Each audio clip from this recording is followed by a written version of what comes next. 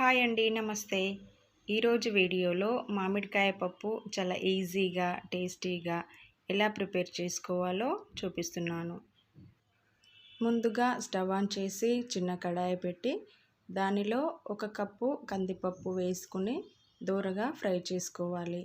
పప్పుని ఇలా ఫ్రై చేసుకోవడం వలన చాలా టేస్టీగా ఉంటుందండి. ఈ విధంగా దోరగా ఫ్రై అయితే సరిపోతుంది.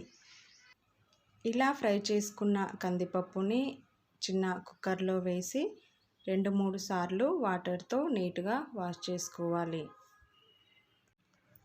ఇలా కడిగిన పప్పుని ఒక 10 నిమిషాలు నానబెట్టుకోవాలి. పప్పు నానేలోపు ఒక మామిడికాయను తీసుకొని నీట్గా వాష్ చేసుకొని దాన్ని పీల్అవుట్ చేసి చిన్న చిన్న ముక్కలుగా కట్ చేసుకోవాలి. అలాగే 2 టమాటాలని కూడా నీట్గా వాష్ చేసుకొని ముక్కలుగా కట్ చేసుకోవాలి.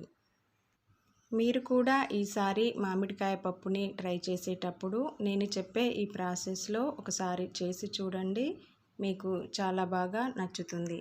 చూడండి, మామిడికాయ ముక్కల్ని ఈ విధంగా చిన్న చిన్న పీసులుగా కట్ చేసుకుంటే సరిపోతుంది. కొంతమంది మామిడికాయ పప్పు చేసేటప్పుడు ముక్కలు మాత్రమే వేసి టెంకను వేయరండి. కానీ టెంకతో పాటు వేసి కర్రీ చేస్తేనే చాలా టేస్టీగా వస్తుంది. ఇలా కట్ చేసుకున్న వీటిని నానబెట్టుకున్న పప్పు మిశ్రమంలోకి వేసేయాలి. చూడండి, పప్పు చాలా చక్కగా నానిపోయింది.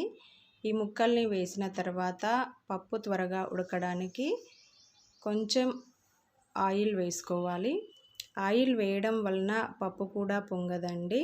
అలాగే 1/2 స్పూన్ పసుపు, 1/2 స్పూన్ ఉప్పు వేసి ఒకసారి వీటన్నింటినీ కలుపుకున్న తర్వాత మూత పెట్టి 3 విజిల్స్ వచ్చేంత వరకు ఉడికించుకోవాలి. కరెక్ట్గా 3 విజిల్స్ రావాలని ఏం లేదండి. కొన్ని కుక్కర్లో 2 విజిల్స్ వచ్చినా కానీ పప్పు చాలా మెత్తగా ఉడుకుతుంది. మెత్తగా ఉడికించడం కంటే కూడా మామిడికాయ పప్పులో పప్పు కొంచెం పలుకుగా ఉడికించుకుంటూనే బాగుంటుంది. చూడండి, ఇప్పుడు మూత తీసి ఒకసారి పప్పునంతటిని కలుపుకుందాము. ఈ విధంగా ఉడికితే సరిపోతుంది. ఇప్పుడు దీంట్లో రుచికి తగినంత కారం వేసి ఒకసారి కలుపుకోవాలి. దీంట్లో గ్రేవీ కోసం కొంచెం వాటర్ని కలుపుకొని మీకు లూజ్గా కావాలా, కొంచెం గట్టిగా కావాలా పప్పు అనేది అడ్జస్ట్ చేసుకోండి. ఇప్పుడు ఈ పప్పు మిశ్రమాన్ని వేరొక గిన్నెలోకి ట్రాన్స్ఫర్ చేసుకుందాము. ఇలా వేరొక గిన్నెలోకి ట్రాన్స్ఫర్ చేసుకున్న తర్వాత దీనికోసం తాలింపు వేసుకోవాలండి. స్టవ్ ఆన్ చేసి ఒక చిన్న కడాయి పెట్టి 2 స్పూన్ల ఆయిల్ వేసుకోవాలి. ఆయిల్ హీట్ అయిన తర్వాత 2 ఎండుమిర్చిని ముక్కలుగా కట్ చేసుకొని బాగా ఫ్రై చేసుకోవాలి. ఆ తర్వాత పోపు దినుసులు కూడా వేసుకొని 4-5 వెల్లుల్లి రెబ్బల్ని కచ్చాపచ్చాగా దంచుకొని బాగా ఫ్రై చేసుకోవాలి. ఆ తర్వాత 2 రెమ్మల కరివేపాకును కూడా వేసుకొని కరివేపాకు మంచిగా ఫ్రై అయిన తర్వాత 1/2 స్పూన్ పసుపు కూడా వేసుకొని చక్కగా ఫ్రై చేసుకోవాలి.